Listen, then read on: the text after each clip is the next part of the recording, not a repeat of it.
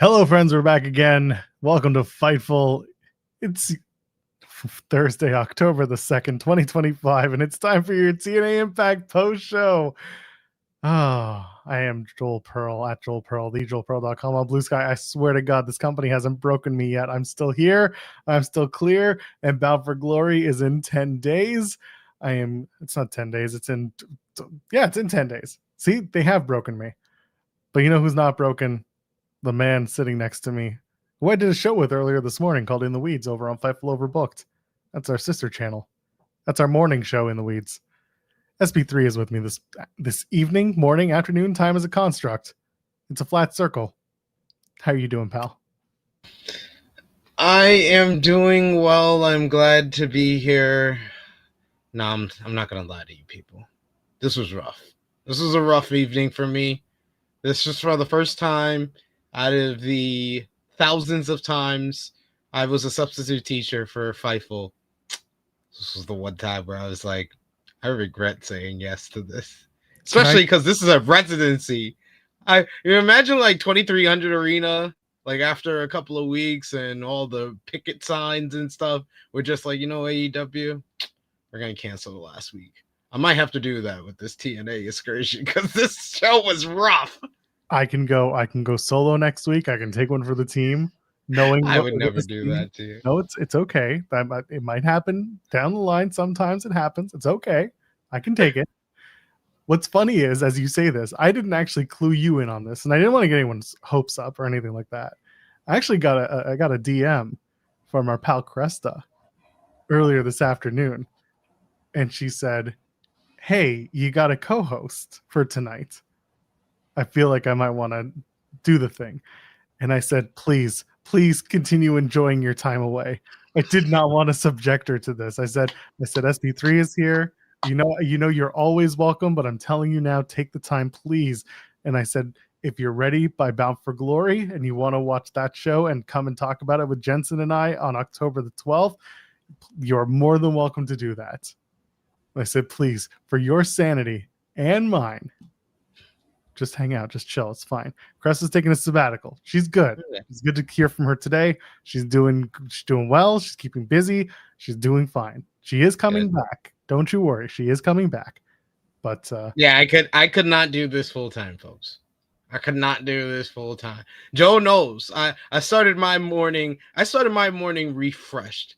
It made me feel much better doing AE Ramble or later in the day because I felt refreshed after getting it off my chest of how annoyed I was by the booking of TNA on Tuesday. So then to watch this show after all of this, I love the community here. Joel and Cresta have done an amazing job creating and cultivating something special here on Thursday nights. It's a small niche group, and I appreciate y'all, and I appreciate the feedback that I got for last week, my debut in this sabbatical fill-in spot. And I appreciate people who enjoyed my rant about the greatest of all time promo that we got last week. I don't know if I even have a rant in me for tonight's show because they spent 20 minutes to set up the most obvious mixed trios matchup I think I've ever seen. I said it was a mixed trio. I was like, they're going to do a mixed trios matchup. As soon as Trick Williams came out, and then they're still going. I'm like, what are you doing? What are y'all even talking about? Oh, Kelani needs to say the line and say Indy's names so Indy can come out. Where's Kevin Owens to be like, there's so much logic to be pointed out here? I love in my notes it says Kelani has to say her catchphrase. Poppy, because you got it bar for bar. I love that you hit it because I was gonna get there. They took like 10 more minutes. It took me 10 minutes to realize what they were setting up. So there's Trick Williams out there with Kelani and Kaz. I'm like, Oh, they're probably going to do a mixed trios match. So who's the opponent's going to be? It's going to be Mike Santana? No. It's going to be all the champions. Oh, you mentioned Matt Hardy. Yeah, that's right. They mentioned Hardy. Okay, Matt Hardy's going to come out. So Leon Slater is going to be his partner because Jeff Hardy's not. Oh, here comes Leon Slater. Okay, so who's going to be the girl? Who's going to be the woman in this situation? I was like, Kalani's facing Indy, but, they could have used Indy on Tuesday and they didn't. So I don't know if they're going to use her here. And then she said Indy. I was like, oh, here comes Indy. And it was like completed. Only took 21 minutes for this whole entire opening segment. Frankie Kazarian cut an 8-minute promo before that. This is a show that this is the first time that TNA is facing the service of two masters, NXT and their biggest pay-per-view of the year. It's not Slammiversary. Bound for Glory is their biggest show of the year, hypothetically. They are trying. They're trying, but they are very much struggling to have you want to pay attention to the two stories that they're trying to get you invested in to get you to Bound for Glory. It was rough tonight. They came in hobbled at Victory Road. They had an okay card. And then whatever these TV tapings produced, if this is what tonight was, I do not look forward to the go home next week. And judging by the rundown that they gave, I don't think there's much for me to look forward to. And we're going to talk about that and plenty more. While you're here, I promise it's not all doom and gloom. You can leave a thumbs up on the video. You can go ahead and you can subscribe to us here at Fightful because we drop content every day. Our sister channel, Fightful Overbooked, where you'll find myself, SB3, Jeremy Lambert, the one and only Steven Jensen, who joins us for the TNA pay-per-view post shows, and plenty more coexisting with Rob and Maggie. They're over there over on Overbooked. You can come and hang out with us every single day on that channel, and you can subscribe to that channel as well. And you can also donate a super chat. Any amount, get your question or statement read on the air. It supports us here. It allows Sean to say, hey, Joel, keep reviewing TNA because you, sir, are a glutton for punishment. And we need these people to show that they don't care about your well-being. Donate a Humper Chat. And that gluttonous punishment goes up a little bit because we take more of that money versus YouTube that takes a good cut of a super chat. Matthew Hooks says, what happened? First Santana as the what happens first? Mike Santana as TNA champion or MLP TV show? Well, according to PW Insider, MLP TV in Canada might be closer than we think. This is something that Jeremy Lambert and I talked about on In the Weeds months ago. That MLP as a super indie right now that has incredible matches and great talent is the best way to start. And you're starting to see them work a little bit more, do a few more shows, start working with more releasing of product and releasing of content. And it felt like they're trying to build to a TV spot. And you know who can make the most out of Canadian content? Canadian wrestling. So MLP going into a Canadian market. I don't know which one because WWE is on Netflix. AEW is on TSN, the sports network here in Canada. They're owned by one company. And then TNA is on Sportsnet, which is where WWE most recently left. That's over the Bell station. That's the other owners. There's really only two owners in terms of Canadian telecommunications, which is very frustrating.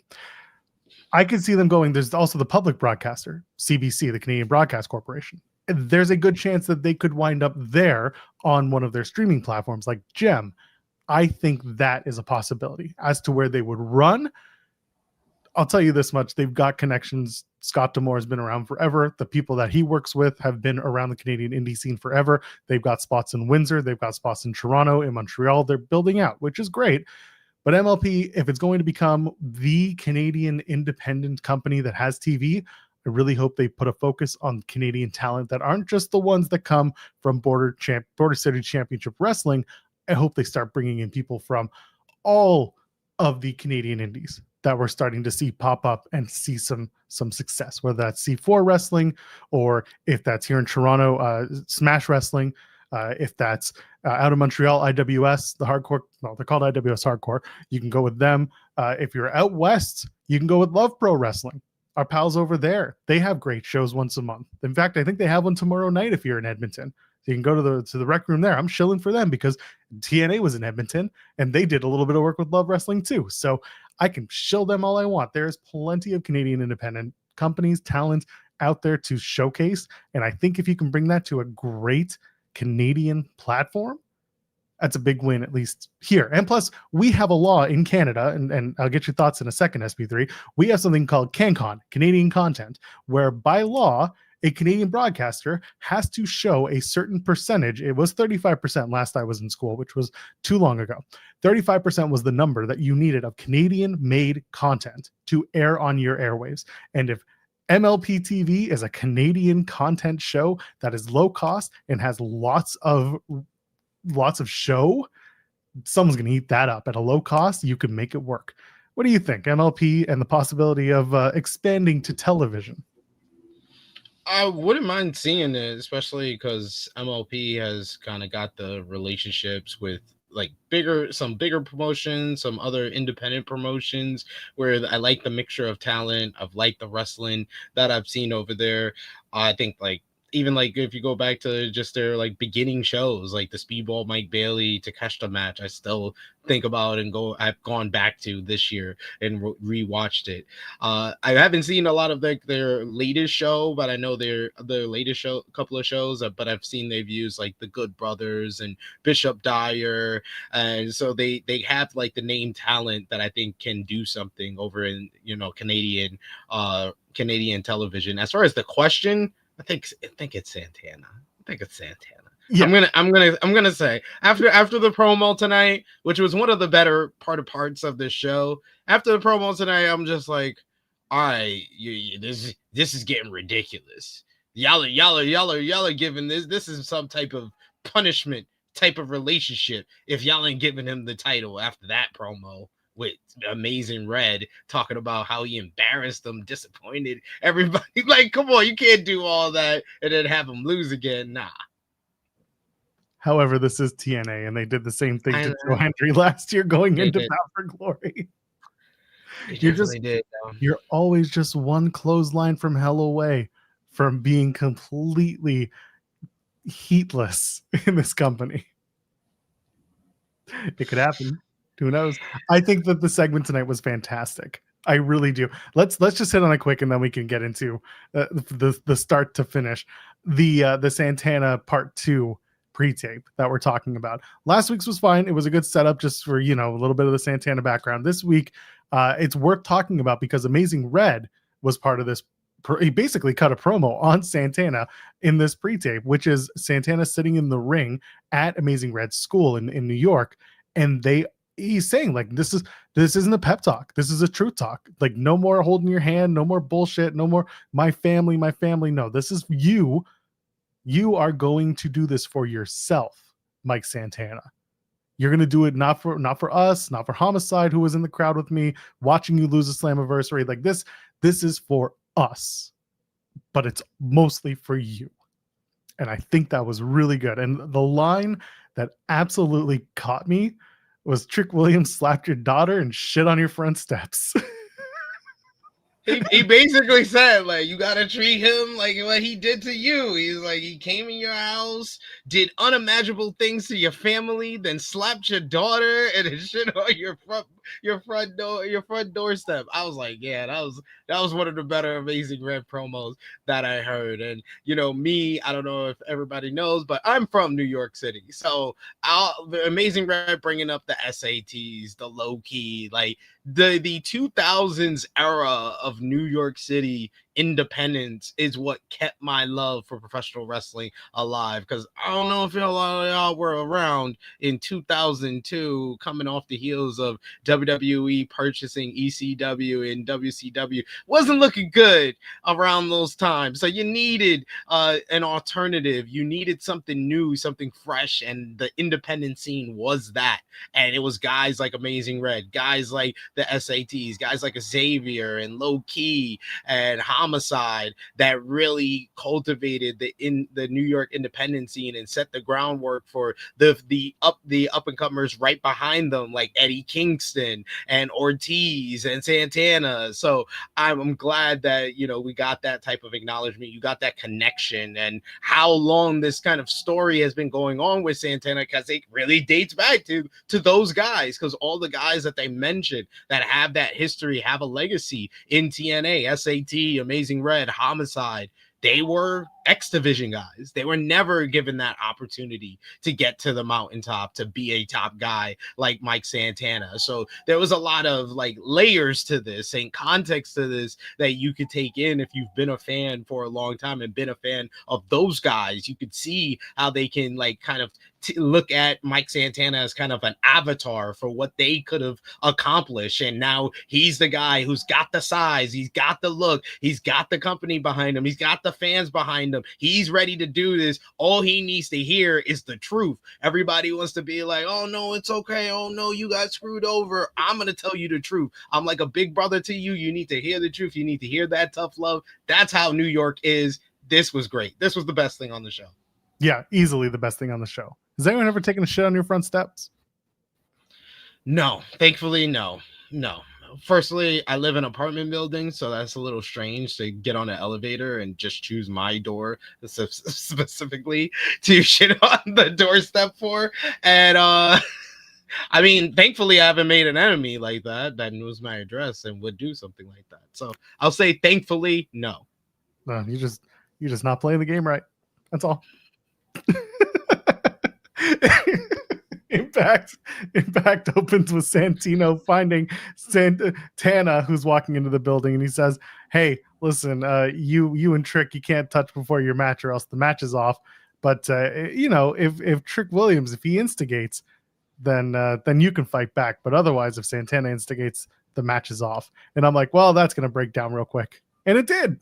Because we opened the show with the King's Speech, Frankie Kazarian, who puts over his match with Steve Macklin, who is not on the tapings. Therefore, he is not part of the Bound for Glory build. Therefore, the international champion who just lost his title this past Friday is suddenly not on the card after holding the title for this long and probably getting a rematch at Bound for Glory, because that's typically what TNA would do, but they're not going to build it with Frankie at all. Are they going to do a Zoom call where Macklin says, I want my rematch? Like, how are we going to do this?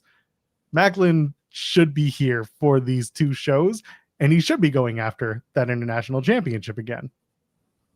Hey, my name is Santino, and I see Santino, Frankie Kazarian. He's the king of TNA, and I just got the call. I just got off the call with the Stephen Macklin, and he said he's going to get his rematch against you at Bound for the Glory this Sunday. Why do you slip into Gato when you do that? You slip into a racist Japanese man. I love Gato. Gato's my guy. That's my go-to impersonation. So, yeah, I think it's something like that. It's gonna do basically like the segment we saw tonight with backstage with Santino. Such a random situation that they're doing with this. Canadians are nice. Why was Macklin on the Victory Roadshow and then not on the TV taping? Media. He was doing media for Bound for Glory. Fair enough. Makes sense. Yeah. It doesn't make sense, but it makes sense. It makes sense from TNA. Sure, why not? don't know why, but here we are.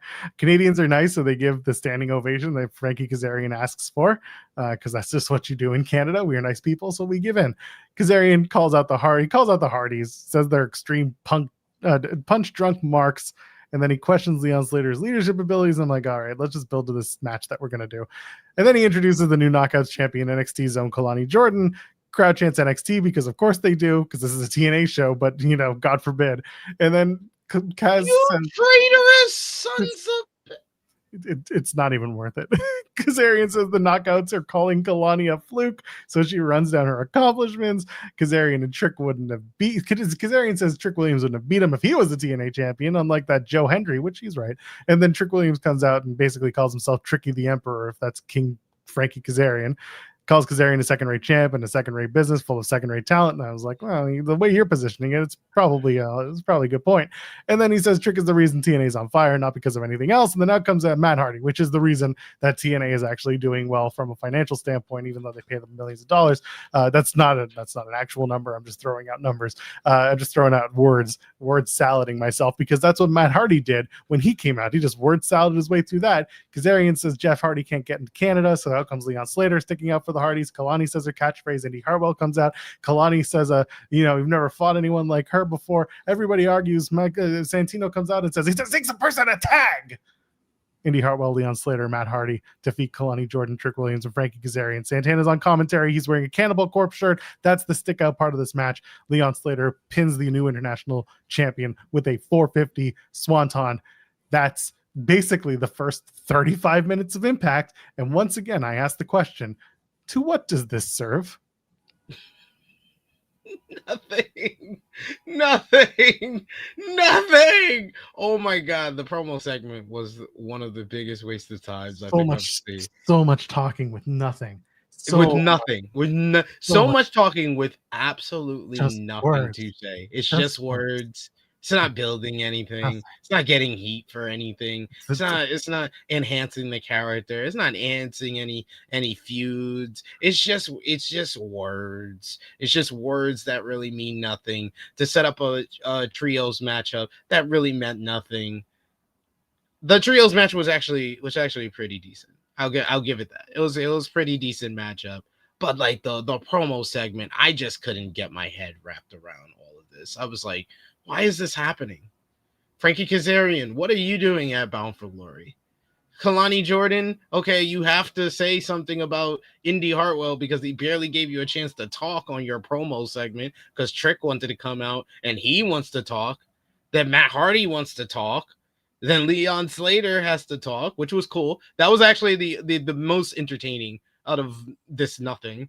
He was just him saying random UK phrases. I was like, that was great. And then Frankie responding with, I understood six of those words, which was great. It was great timing. It was very great timing. Very great response.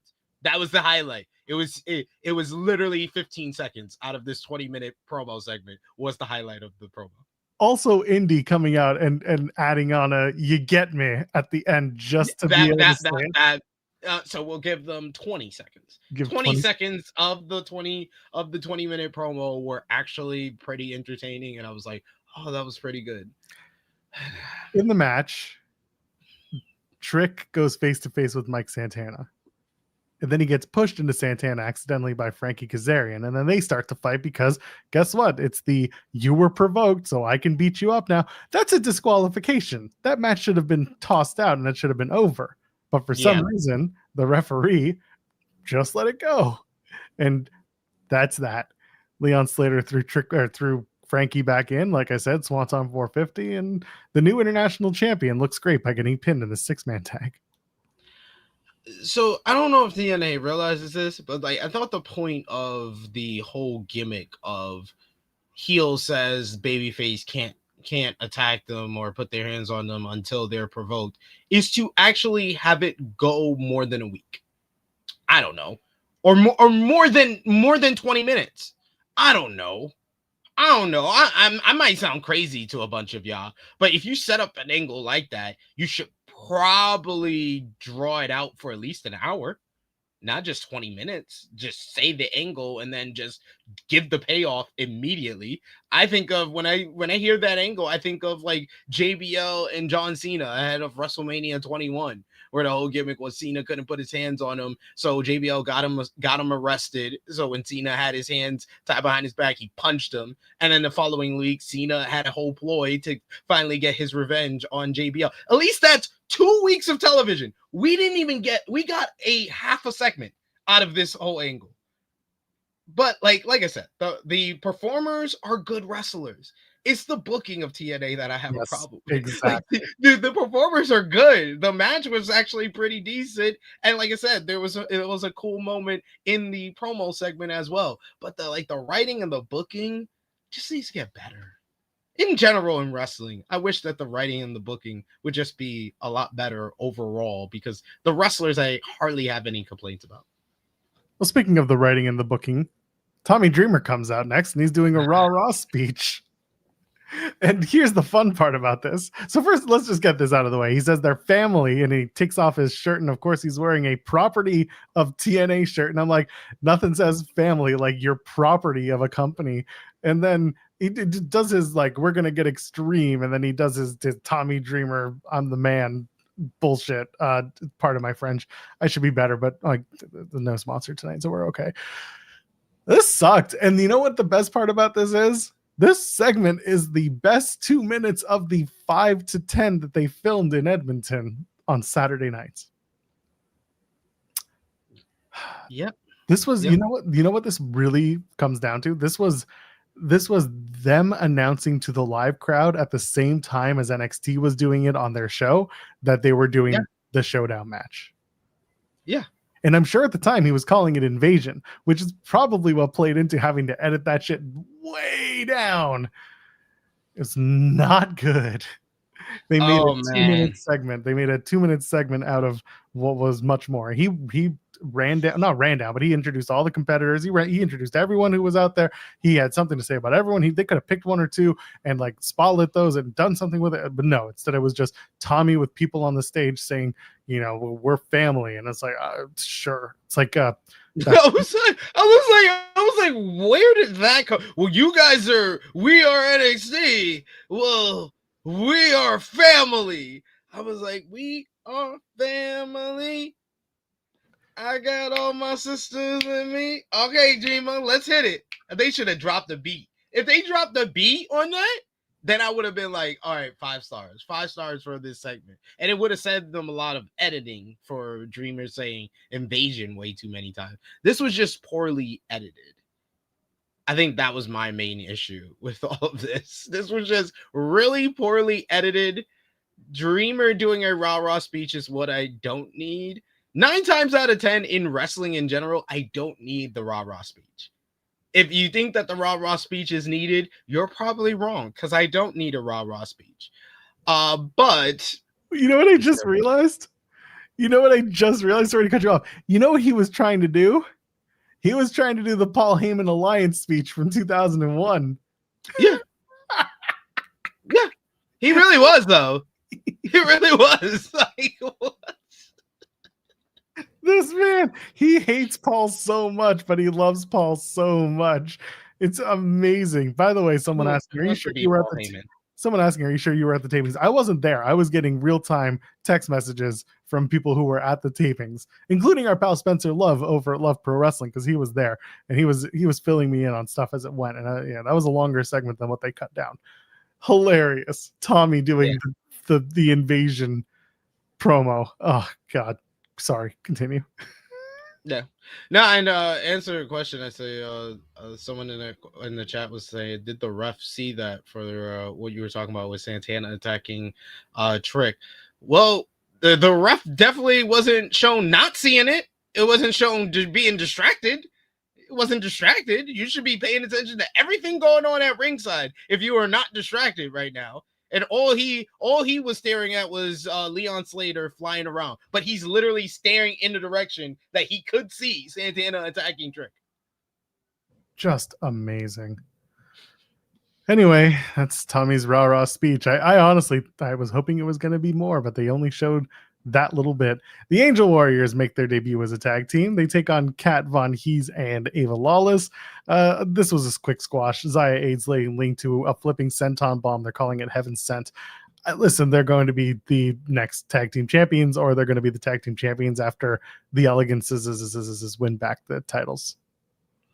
Oh, you know what just blew my mind? Because you had your epiphany, and I think I had my epiphany thinking about this Dreamer segment. Thinking about what we got last week. Do you think that in their own head, TNA thinks they're the ECW to WWE? Yes. No questions asked. Yes. That's just what they think. I mean, considering the people who are writing for them, and one of them was on screen tonight telling you that they are extreme, they absolutely think this is 1997. They are ECW and they're invading Monday Night Raw. They think this is 2001 and this is the Alliance. They think They absolutely are of the belief that this is them rewriting the Alliance story where the Alliance wins in the end. And they are going to find it hilarious when WWE once again just tramples that and cancels TNA. Well, not really cancels them, but you know what I'm trying to say. Yeah, Yo, yeah. I feel like it hit me like a ton of bricks. I was like, wait, does TNA think they're ECW? They have a hardcore war at their next They pay-per-view. got a hardcore war.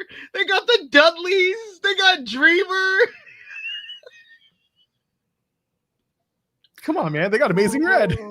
Oh man. I have tears in my eyes. I can't believe this. They think they're TNA thinks they're ECW. TNA has never been ECW. Never will. I mean, except for like that one time in 2010 when they did the hardcore justice. No. That was what I was thinking about when I said my statement, and I meant it when I said it. They have never been ECW, even when they tried hardcore justice. Hardcore justice. Sorry, that's an amalgamation you don't want to see. Goodness, it's company. Do they get the same script that we do? They were good. They were good like a couple of years ago. Everything was fine. We did this dance, you and I, this morning. Go watch In the Weeds. We did a whole thing.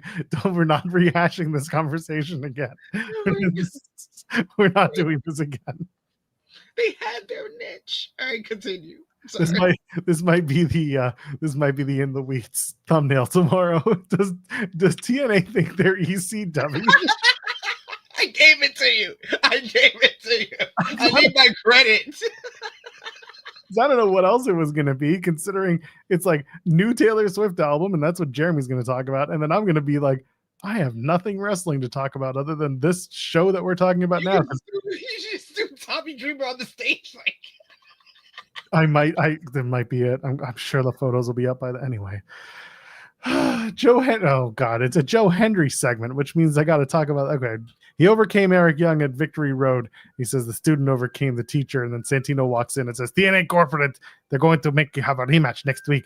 And he'd say, "No disqualification." Why do I sound like Danhausen? I must be tired. I must be tired.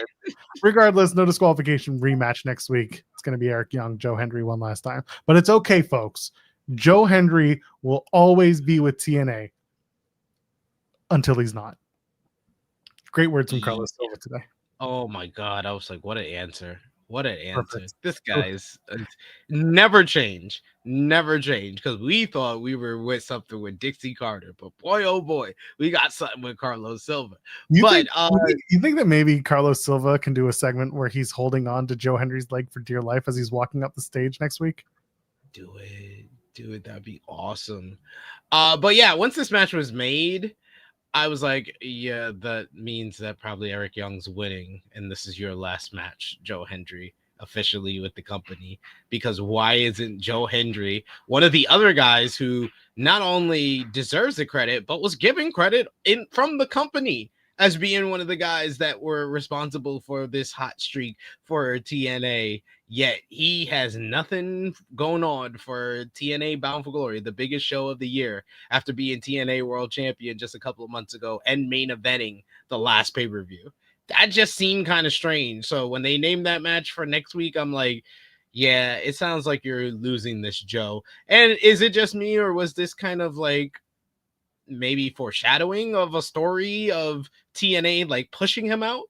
The way they made it sound, like how this match was made, and Joe not seeming like he was pleased with the match being made. Hear me out. The cleanse that Eric Young is talking about, he just beats everyone who's got a contract coming up. And it ends with Eric Young as the TNA World Champion. Why not?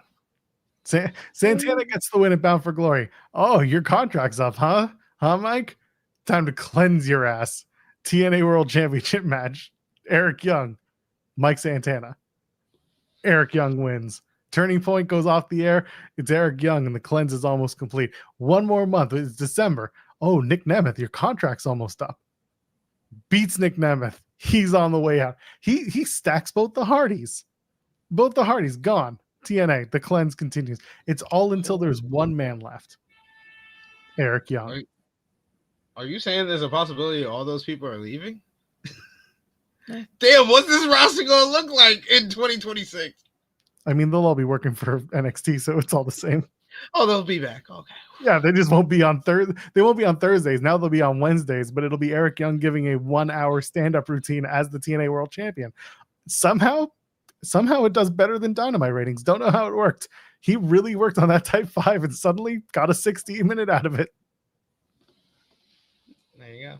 And that's not me being an AEW hater, because I actually enjoy the product most of the time. I just don't know how Eric Young can't do well in a 60-minute situation where he's just giving it all, telling stories, brother.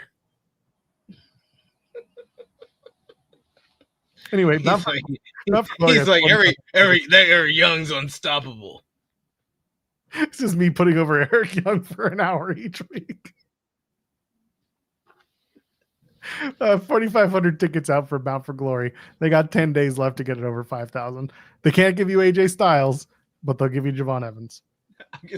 I can see Joel like sitting down with his grandkids in like 30, 40 years and being like, I'll be dead by then. It's okay. Let me tell you the story about Eric Young. One time he was a superhero. He became Super Eric. There was another time he was about to get fired, and the whole community banded around him. And "Don't fire Eric" was heard around the Impact Zone, the holy cathedral of professional wrestling, the Impact Zone. I swear to God, the people who listen to this post show are going to have more questions than answers. They need that. I want to get a tweet this week. This is the holy cathedral of professional wrestling. The Impact Zone, Universal Studios in Florida. Well, get in your super chats, get in your humper chats. Nick Nemeth defeats Cody Deaner. I don't care what you want to call him. I don't care what hood he wears. He can't even buy another Edmonton team's jersey. He's got to come out in the Connor McDavid one he wore on Friday. Nick Nemeth beats Cody Deaner. Nick Nemeth is a babyface because he's going after the mask, which is what he should do. Either way, knick-knack, paddywhack, hometown man's a fraud, and he gets the win. Post-match, there's a beatdown. Matt Cardona tries to even things out.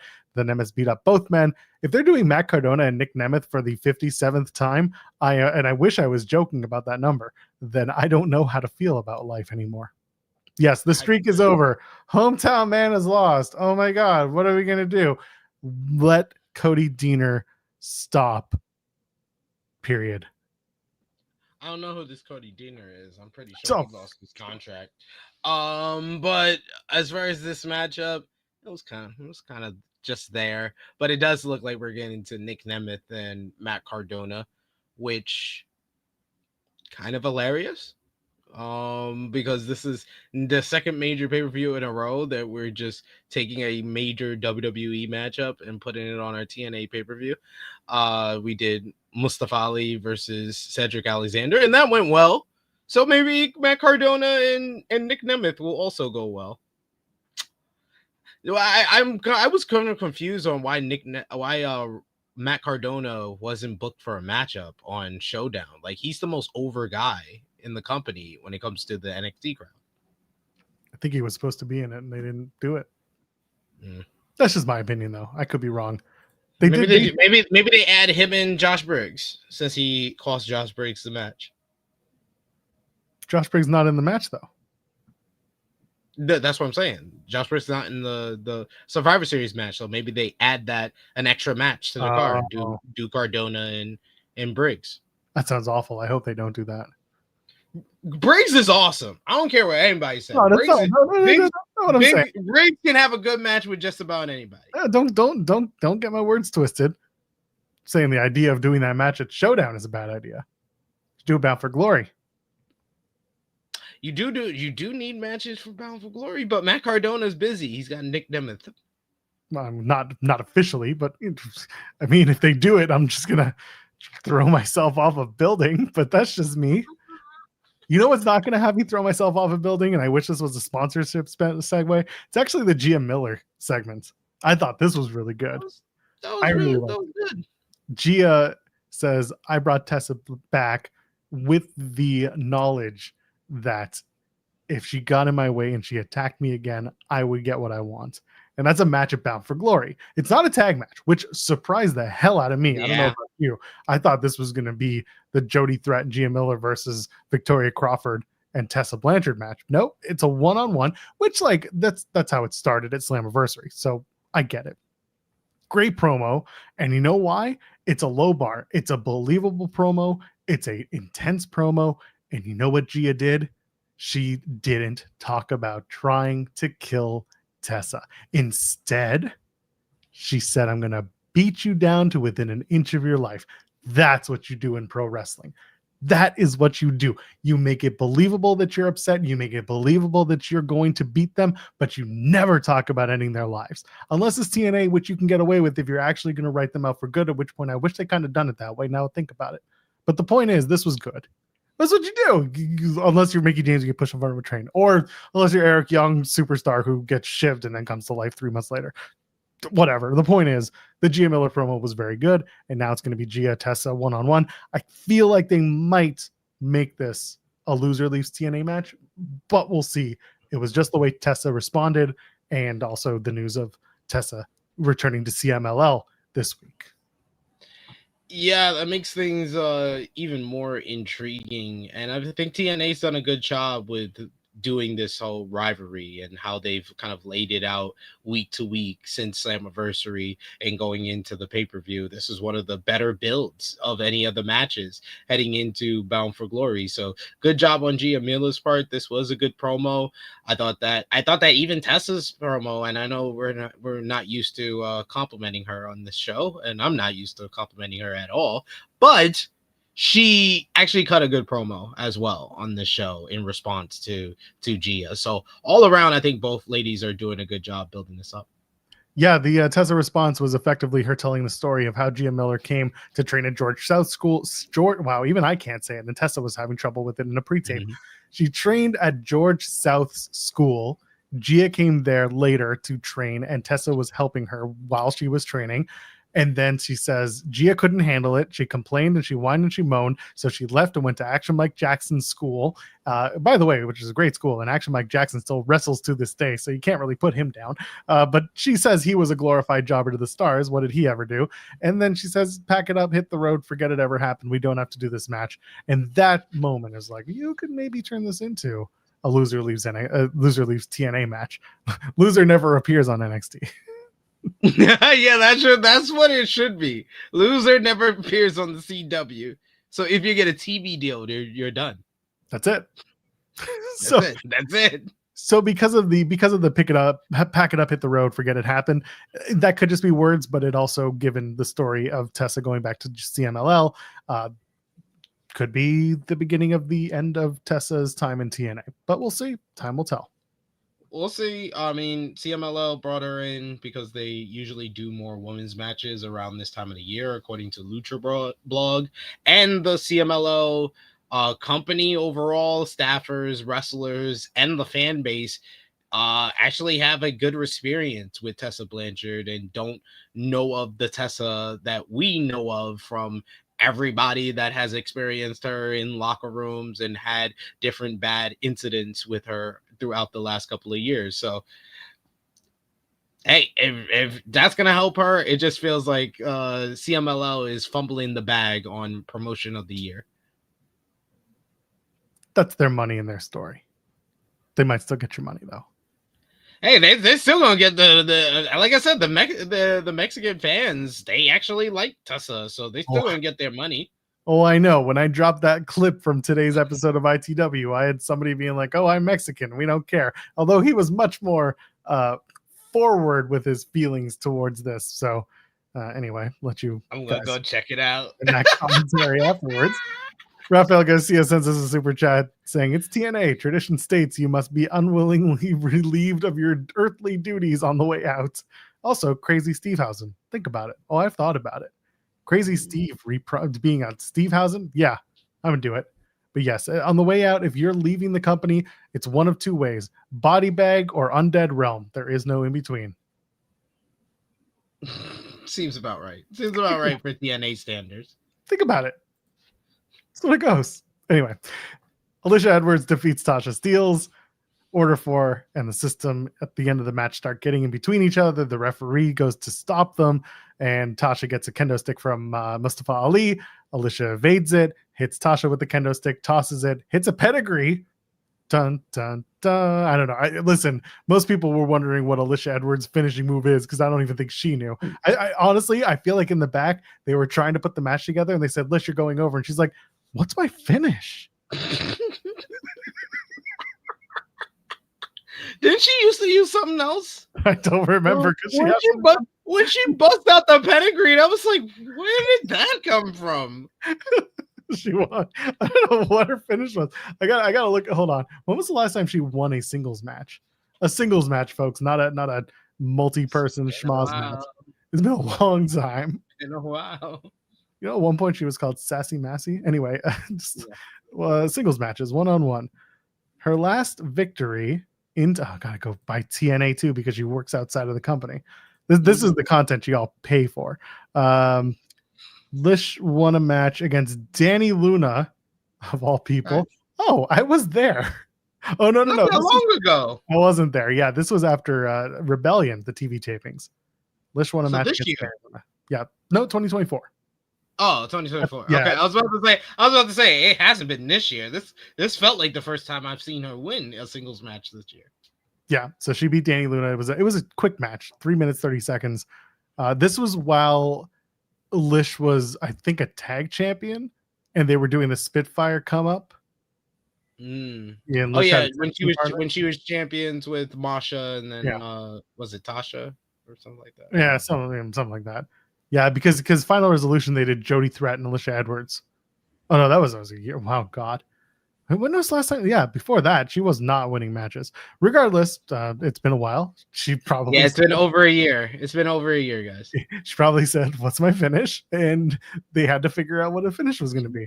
So, Alisha Edwards wins the match. Post match, they beat each other down again. There's a pull apart and a face down, and I'm looking forward to the hardcore war. It's just we're just dragging knuckles to get there now. So they probably was like, Alisha was like, "What's my finish?" And Tommy was like, Carlos, what's her finish? And Carlos was like, and then he lifted up his hat and he had a cell phone under it.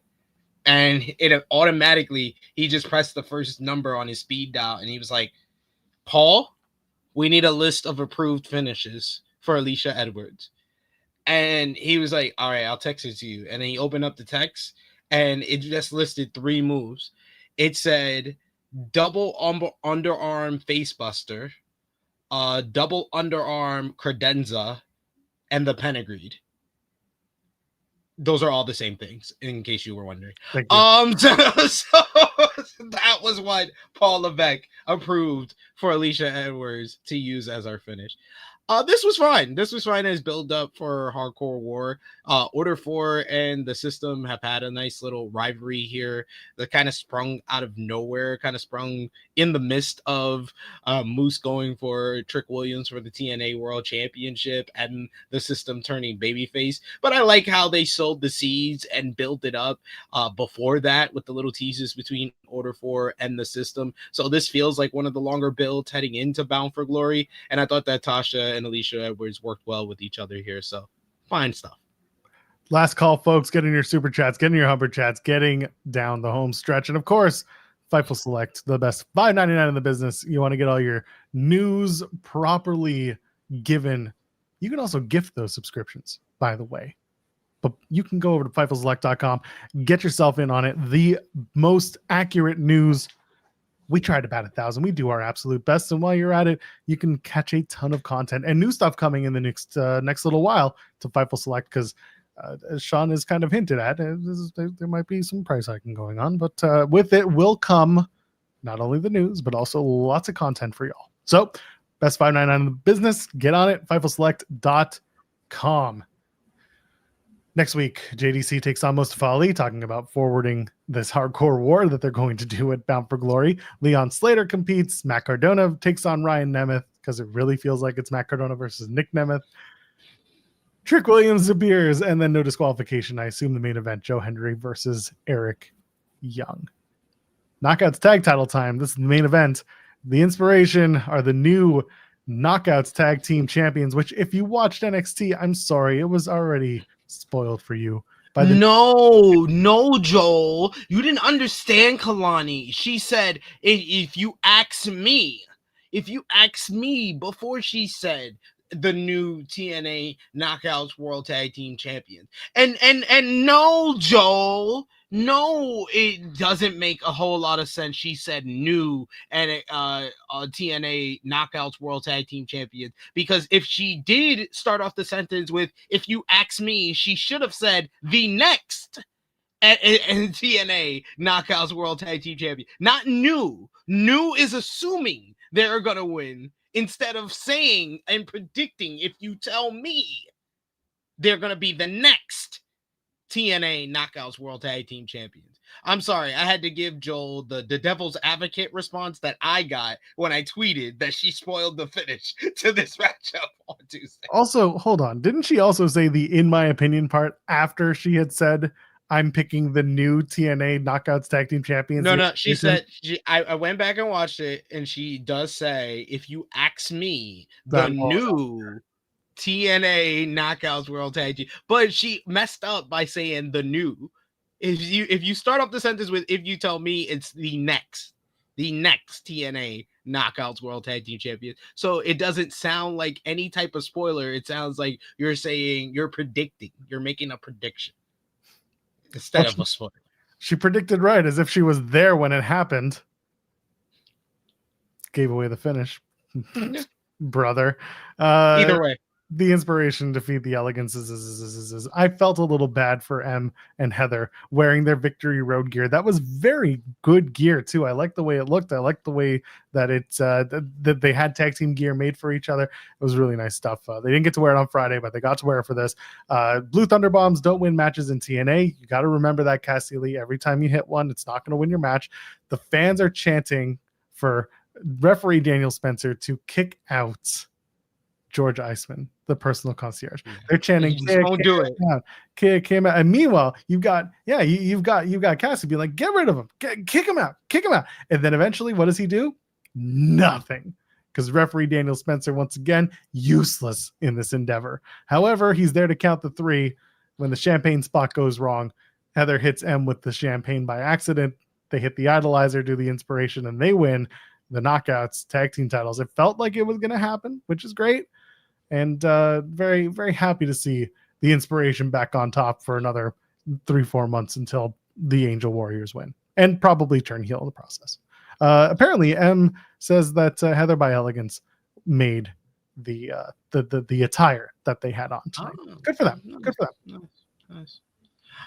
So we started off the show with me being very upset with TNA, but I can end the show with something positive, because I thought this was a solid matchup. I thought everybody worked well here. It was a nice payoff. Going into the matchup, I thought that TNA actually did a great job of getting 3 months of a feud out of this, because this whole thing started back in June when the Inspiration returned at Against All Odds. And I believe this is like the first official 2-on-2 tag team matchup that they've actually had against the Elegance brand, which shows a lot of patience and a lot of like layout and foresight to pay it off and have the big 2-on-2 matchup lead to the title change here. So a well done chase and payoff to the chase for the title win for the Inspiration, making their comeback and fulfilling that by winning back the Knockout World Tag Team Championships. I thought that the Inspiration, this is one of the better performances that they've had since their comeback. In particular, I thought that Cassie Lee looked really good in her comeback in the matchup and kind of looked like she was working the rust off and getting back into like Peyton Royce form. So good job by them. Good job by the Elegance brand, who really over-delivered in general. I think that the Elegance brand have really overachieved as a group, as something that,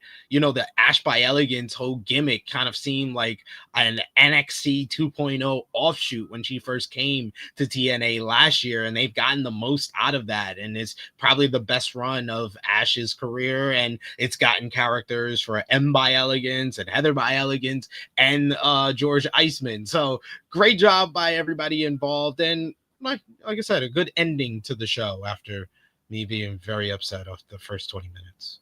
Can you I remember? finally recovered. Can you remember back to Slammiversary? Can you remember the pre-show on Slammiversary? Oh no, I don't remember. The Elegances beat the Inspiration. It was a 2-on-2 tag match for the Knockouts tag team title. Wasn't that Ash? It was Ash. Yes. Yeah, that doesn't count. You got a little bit of something from that. I had the outlier in my head. I had the loophole. I was ready. Yes. You don't understand. I was on the debate team. I get it. I was a leader. I was a captain of the debate team. Very much agree with what you're saying about the Eleganceseses. Do not break them up. No, they're great together. If Ash is available to come back, I don't know what the situation is. Again, they're playing it very close to the vest, which makes me nervous in today's wrestling because we've seen people try to play it close to the vest and it end up being a big old kayfabe gimmickery. Way too vague right now. And the fact that the vagueness continued on this show just made me even more worried.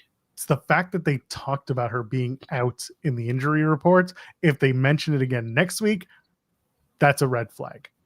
Yeah, that's the red flag. That gets my ears up. And Tommy going on Busted Open or wherever he was and saying it's a HIPAA violation. If we talk, well, it's not, Tommy. It's not a HIPAA violation.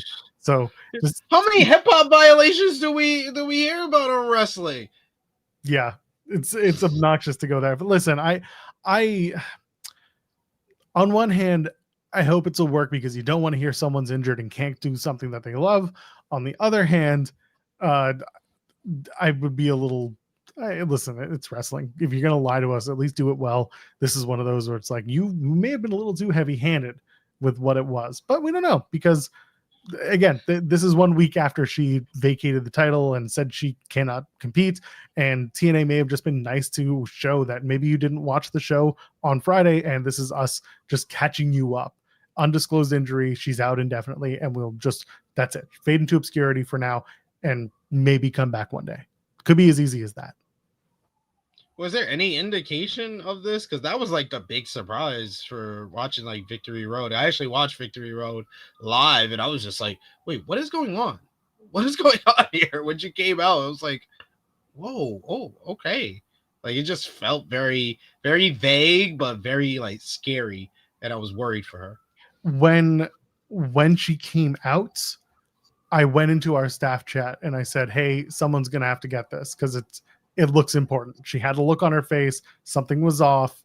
I don't know what I don't. She's never been the best actor. Well, she's actually been a better actor, but like something felt weird when they said she had an announcement and it wasn't an open challenge, and she came out in street clothes. I was like, this feels off. And so when I directed it to the staff chat, it was like, well, there it goes. So I don't know. Again, we can find out it's something. We can find out it's nothing. And for anyone who's saying that, oh, Tommy said this, Tommy said that, Tommy Dreamer isn't going to talk about it for realsies anywhere because he books the show, first of all. And also because Tommy is such a kayfabe fanatic that he's going to, keep it as far as he can. Yeah. So I wouldn't trust Tommy Dreamer's wrestling acumen. Well, I wouldn't trust his wrestling situation with a 10-foot pole in this case. I mean, also fair. That is fair. It was a decent enough show, actually. Victory Road. I thought the Leon Slater and Myron Reed main event, that was a great show. He used to make it the main event, and they had a really good match. Still thought it should be the national championship, and that's not the bias. It's because that's your supposed number 2 title. And I get that Myron Reed. Did they say that? When did they say that? When it was introduced, it was very much supposed to be their 1B. Internally, that was the belief that this was supposed to be their secondary title. Man, sometimes eternal things change.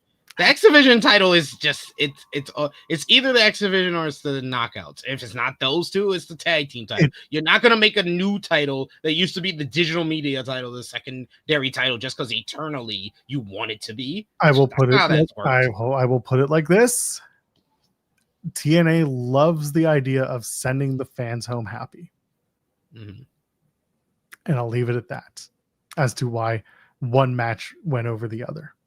And you've seen it. I'm not talking out of school here because y'all see it with the TV tapings. when we talk about it on this show, it's like this was the end of the TV tapings in this city, and they're on to the next one, and they give you a happy ending for the week, and that's it, because they're going into a next show. They send the crowd home happy. That's what they do. So that's the end of this show. Next week is going to be the go home to Bound for Glory. So somehow we'll send the crowd home happy, say his name, and he's not on Bound for Glory, but he'll be here. This man will be here. SB3 might be here, depending on whether or not the show absolutely demolishes him. Plug your stuff. Which there is a chance. There is a chance. But no, I'll be back next week. Thank you for having me once again, Joel. And I do want to say congratulations to the inspiration. Congratulations to all 4 ladies who were in the main event. That was cool. And you can find me on the Twitter machine at TrueHillSP3. You can see me over on Fightful Overbooked in the Weeds every Tuesday and Thursday, 10 a.m. Eastern Time if you want to join us live, but you can watch it on demand. Check out me and Joel talking all about AEW Dynamite, the NXT TNA Showdown coming up.